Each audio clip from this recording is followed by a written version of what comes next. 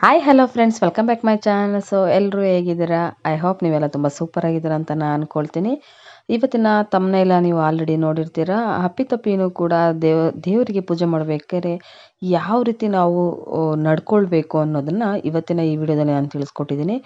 ದಯವಿಟ್ಟು ನೀವು ನಾನು ಹೇಳಿರುವಂಥ ಒಂದು ಪ್ರಕಾರನ ನೀವು ಗಮನಿಸಿ, ಹಾಗೆ ಇದರಲ್ಲಿ ನಿಮಗೆ ಒಪ್ಪುವಂತಹ ಒಂದಷ್ಟು ವಿಷಯಗಳು, ಒಂದಷ್ಟು ಮಾಹಿತಿಗಳು ಸಿಗುತ್ತೆ ಅಂತ ಹೇಳ್ತಾ ಇವತ್ತಿನ ವಿಡಿಯೋ ಶುರು ಮಾಡ್ತಾ ಇದ್ದೀನಿ. ಪ್ರತಿನಿತ್ಯ ದೇವರನ್ನ ಪೂಜಿಸೋದ್ರಿಂದ ಯಾವ ರೀತಿ ಲಾಭ ಆಗುತ್ತೆ ಗೊತ್ತಾ? ಹೌದು, ಕುಟುಂಬದಲ್ಲಿ ಸಂತೋಷ ಮತ್ತು ಶಾಂತಿ ಸಮೃದ್ಧಿಯಾಗಿ ಸೃಷ್ಟಿಯಾಗುತ್ತೆ. ಹಾಗಾಗಿ ಇದೊಂದು ನಂಬಿಕೆ ಇದೆ. ಇದನ್ನು ನಾವು ಪ್ರತಿನಿತ್ಯ ಪೂಜೆ ಮಾಡೋದರಿಂದ ನಮಗೆ ಸಿಗುತ್ತೆ. ಇನ್ನು ಶಾಸ್ತ್ರಗಳ ಪ್ರಕಾರ ನಾವು ಪ್ರತಿನಿತ್ಯ ದೇವರ ಪೂಜೆಯನ್ನು ಮಾಡಬೇಕಾಗುತ್ತೆ. ಯಾವ ಸಮಯದಲ್ಲಿ ಮಾಡಬೇಕು ಅನ್ನೋದನ್ನು ನಾವು ಮೊದಲನೇದಾಗಿ ತಿಳ್ಕೊಳ್ಬೇಕಾಗುತ್ತೆ. ದೇವರಿಗೆ ಯಾವ ಸಮಯದಲ್ಲಿ ಮಾಡಿದ್ರೆ ಇಷ್ಟ ಆಗುತ್ತೆ ಅನ್ನೋ ಒಂದು ಸೂಚನೆ ಕೊಡ್ತಾನೆ ಅನ್ನೋದನ್ನು ಕೂಡ ನಾವು ಸೂಕ್ಷ್ಮವಾದ ಒಂದು ಗಂಭೀರವಾದ ಒಂದು ಮಾಹಿತಿ ಅಂತಲೇ ಹೇಳ್ಬೋದು. ಹಾಗಾಗಿ ವಿಡಿಯೋನ ಸ್ಕಿಪ್ ಮಾಡದೆ, ಎಲ್ಲೂ ಕೂಡ ಸ್ಕಿಪ್ ಮಾಡದೆ ನೋಡಿ, ನಿಮಗೆ ಒಂದು ಒಳ್ಳೆಯ ಉಪಯುಕ್ತವಾದ ಮಾಹಿತಿ ಸಿಗುತ್ತೆ.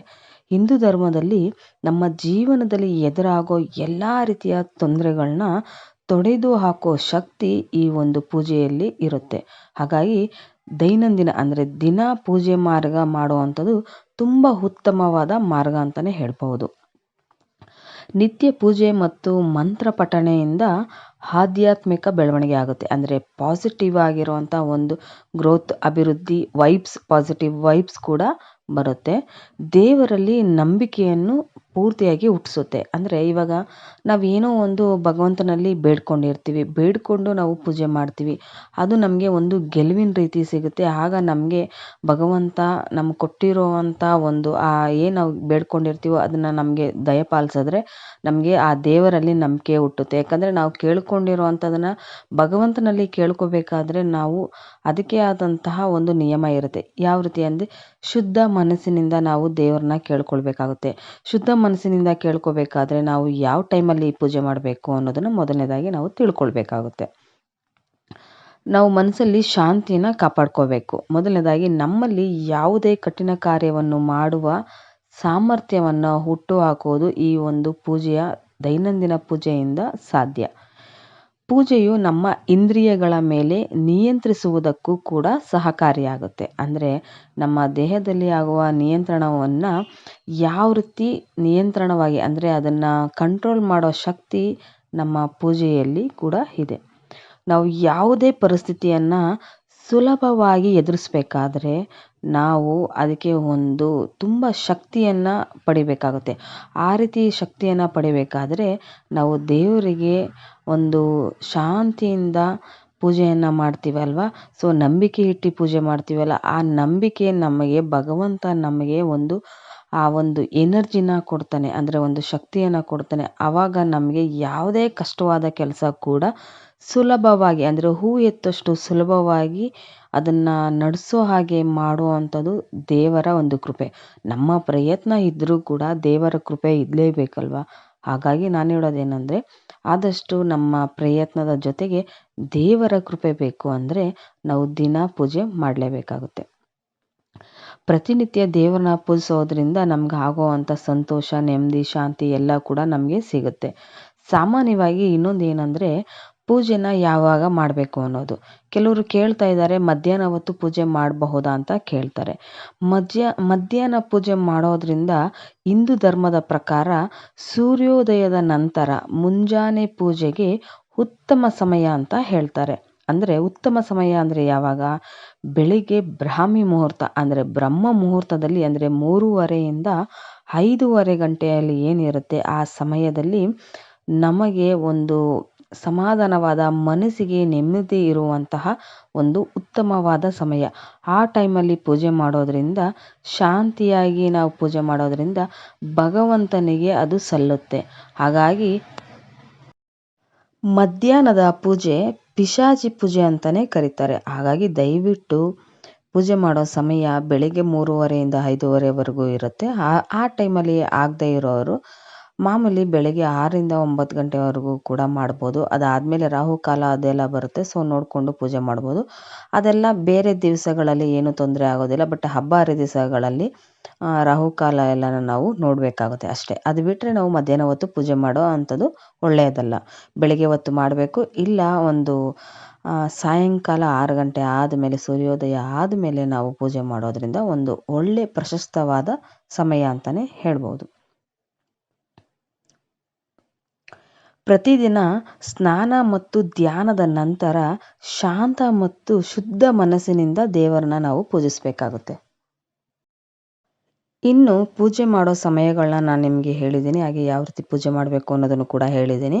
ಈಗ ಪೂಜೆ ಮಾಡಬೇಕಾದ್ರೆ ನಾವು ಆದಷ್ಟು ನೈಟಿನ ಧರಿಸ್ಕೊಂಡು ನಾವು ಪೂಜೆ ಮಾಡಬಾರ್ದು. ಯಾಕಂದರೆ ಮನೇಲಿ ಇರ್ತೀವಿ, ಸೊ ಸ್ನಾನ ಮಾಡ್ಕೊಂಡು ಬಂದು ನೈಟಿ ಹಾಕ್ಕೊಂಡು ಪೂಜೆ ಮಾಡ್ಬೋದು ಅಂತ ಅಂದ್ಕೊಂಡವರು ದಯವಿಟ್ಟು ಇನ್ನು ಮುಂದಕ್ಕೆ ಆ ರೀತಿ ಮಾಡೋಕ್ಕೆ ಹೋಗ್ಬೇಡಿ. ಯಾಕಂದರೆ ದೇವರಿಗೆ ನಾವು ಮಾಡಬೇಕಾದ್ರೆ ಅಗೌರವ ತಂದಾಗೆ ಆಗುತ್ತೆ. ಯಾಕಂದರೆ ನಾವು ದೇವ್ರಿಗೆ ಪೂಜೆ ಮಾಡುವಂಥದ್ದು ಯಾವುದಕ್ಕೋಸ್ಕರ ಮಾಡ್ತೀವಿ? ದೇವರು ನಮ್ಮ ಒಂದು ಪ್ರಾರ್ಥನೆಗೆ ಒಂದು ಒಲೀಲಿ ಅಂತ ನಾವು ಪೂಜೆ ಮಾಡಿರ್ತೀವಿ. ಅದನ್ನು ನಾವು ಅರ್ಥ ಮಾಡಿಕೊಂಡು ನಾವು ಪೂಜೆ ಮಾಡಬೇಕಾಗುತ್ತೆ. ನೆಕ್ಸ್ಟು ನಾವು ಇಲ್ಲಿ ಕೂದಲು ಬಿಟ್ಕೊಂಡು ನಾವು ಪೂಜೆಯನ್ನು ಮಾಡಬಾರ್ದು. ಯಾಕೆ ಮಾಡಬಾರ್ದು ಅಂದರೆ, ಈ ರೀತಿ ಮಾಡೋದರಿಂದ ರೌದ್ರ ದೇವತೆಗಳನ್ನ ಆರಾಧಿಸೋ ರೀತಿ ಆಗುತ್ತೆ. ಹಾಗಾಗಿ ನಾವು ಪೂಜೆ ಮಾಡಬೇಕಾಗಿರೋ ಅಂಥದ್ದು ಸೌಮ್ಯ ರೂಪವಾಗಿರುವಂತಹ ದೇವಿಗಳನ್ನ ಪೂಜೆ ಮಾಡಬೇಕಾಗುತ್ತೆ. ನಾವು ಸೌಮ್ಯ ರೂಪವಾಗಿ ಪೂಜೆ ಮಾಡಬೇಕಂದ್ರೆ ನಾವು ಕೂದಲನ್ನು ಕಟ್ಕೊಂಡು ನಾವು ಕೂಡ ಒಂದು ಲಕ್ಷ್ಮಿಯ ರೀತಿ ಇದ್ದು ಪೂಜೆ ಮಾಡಿದ್ರೆ ದೇವ್ರಿಗೂ ಕೂಡ ತುಂಬಾ ಆ ಪ್ರಾರ್ಥನೆ ಸಲ್ಲುತ್ತೆ. ಹಾಗಾಗಿ ನಾವು ಮಾಡಬೇಕಾಗಿರೋ ಪೂಜೆನ ನಾವು ಕೂದಲನ್ನು ಕಟ್ಕೊಂಡು ನಾವು ಒಂದು ಲಕ್ಷ್ಮಿಯ ರೀತಿ ಕಳಿಯಲ್ಲಿ ಇದ್ದು ಪೂಜೆ ಮಾಡೋದ್ರಿಂದ ಒಳ್ಳೆಯದಾಗುತ್ತೆ. ಇನ್ನು ಈ ದೇವರ ಗಿಫ್ಟ್ ಅಂತ ಕೊಡ್ತಾ ಇರ್ತಾರೆ. ಕೆಲವರು ಫೈಬರಲ್ಲಿ ಕೊಡ್ತಾರೆ, ಕೆಲವರು ವಿಗ್ರಹ ರೀತಿಯಲ್ಲಿ ಕೊಡ್ತಾರೆ. ದಯವಿಟ್ಟು ಅದನ್ನು ಇಟ್ಟು ಪೂಜೆ ಮಾಡೋದಕ್ಕೆ ಹೋಗಬೇಡಿ. ಯಾಕಂದರೆ ಆ ರೀತಿ ಒಂದು ಪೂಜೆ ಇಡೋದ್ರಿಂದ ಅದು ದೇವರಿಗೆ ಪೂಜೆ ಸಲ್ಲೋದಿಲ್ಲ. ಹಾಗಾಗಿ ಇದನ್ನು ಆದಷ್ಟು ನೀವು ಒಂದು ಯಾವುದಾದ್ರೂ ಒಂದು ತುಳಿದೇ ಇರೋ ಜಾಗ, ಅಂದರೆ ಮರಗಳನ್ನ ತುಳಿದೇ ಇರುವಂಥ ಜಾಗ ಎಲ್ಲಿರುತ್ತೋ, ಅರಳಿ ಮರ ಕಟ್ಟೆಗಳು ಆ ರೀತಿ ಎಲ್ಲ ಇರುತ್ತಲ್ಲ, ಸೊ ಅಂಥ ಕಡೆ, ಇಲ್ಲಾಂದರೆ ಒಂದು ನದಿಯ ಇರುವಂಥ ಕಡೆ, ಅಂಥ ಕಡೆ ಇದನ್ನು ಹಾಕಿ ಬಂದ್ಬಿಡಿ. ಯಾಕಂದರೆ ಅದು ಪೂಜೆಗೆ ಪ್ರಶಸ್ತವಾದ ಸ್ಥಳ ಅಲ್ಲ, ಹಾಗೆ ಇನ್ನೊಂದು ಪೂಜೆಗೆ ಅದು ಅರ್ಹರಲ್ಲ. ಸೊ ಹಾಗಾಗಿ ನೀವು ಅದನ್ನು ಬೇಕಾದರೆ ಒಂದು ಶೋ ಪೀಸ್ ಆಗಿ ಇಟ್ಕೊಳ್ಬಹುದು. ನೆಕ್ಸ್ಟ್ ನೀವು ಮನೆಯಲ್ಲಿ ಲಿಂಗ ರೂಪ ಆಗಿರುವಂಥದ್ದೇ ಆಗಲಿ, ಸಾಲಿಗ್ರಾಮನೇ ಆಗಲಿ, ಈ ರೀತಿಯಾಗಿರುವಂಥ ಒಂದು ಸೂರ್ಯ ದೇವರನ್ನೇ ಆಗಲಿ ಇಟ್ಟು ಪೂಜೆ ಮಾಡಬಾರ್ದು. ಅಂದರೆ ಒಂದೊಂದನ್ನು ಇಟ್ಟು ಪೂಜೆ ಮಾಡ್ಬೋದು, ಬಟ್ ಎರಡೆರಡು ಇಟ್ಟು ನೀವು ಪೂಜೆಯನ್ನು ಮಾಡಬಾರ್ದು. ಒಂದು ವೇಳೆ ನೀವು ಸಾಲಿಗ್ರಾಮ ಇಲ್ಲ ಸೂರ್ಯನ ಒಂದು ಚಿತ್ರನ ಇಟ್ಟು ಪೂಜೆ ಮಾಡೋದ್ರಿಂದ ಪ್ರತಿದಿನ ಇದಕ್ಕೆ ಪೂಜೆ ಮಾಡಲೇಬೇಕಾಗುತ್ತೆ. ಹಾಗಾಗಿ ನೀವು ಆದಷ್ಟು ನೀವು ಈ ಒಂದು ಸಾಲಿಗ್ರಾಮನೇ ಆಗಲಿ, ಈ ಸೂರ್ಯನ ದೇವರ ಪ್ರತಿಮೆನೇ ಆಗಲಿ ಇಟ್ಟು ಪೂಜೆ ಮಾಡೋದ್ರಿಂದ ದಿನನಿತ್ಯ ಪೂಜೆ ಮಾಡಬೇಕಾಗುತ್ತೆ. ಇನ್ನು ತಾಯಿ ಚಾಮುಂಡೇಶ್ವರಿ ದೇವಿಗಳು, ಈ ರೀತಿಯಾದಂತಹ ದೇವತೆಗಳನ್ನ ನಾವು ಆದಷ್ಟು ನೋಡಿ ಮಾಡಿ ನಾವು ಮನೆಯಲ್ಲಿ ತಂದು ಪೂಜೆ ಮಾಡಬೇಕಾಗುತ್ತೆ. ಯಾಕಂದರೆ ಈ ಥರ ಒಂದು ಸುಬ್ರಹ್ಮಣ್ಯ ದೇವರೇ ಆಗಲಿ, ಈ ರೀತಿ ದೇವರುಗಳನ್ನ ಆ ಒಂದು ಪ್ರದೇಶಗಳಲ್ಲಿ ಏನೇನಿರುತ್ತೆ ಆ ಸುತ್ತಮುತ್ತಲ ಪ್ರದೇಶಗಳಲ್ಲಿ ಇಟ್ಟು ಪೂಜೆ ಮಾಡಲೇಬೇಕಾಗಿರುವಂಥ ಅನಿವಾರ್ಯಗಳಿರುತ್ತೆ. ಹಾಗಾಗಿ ಮಾಡ್ತಾರೆ.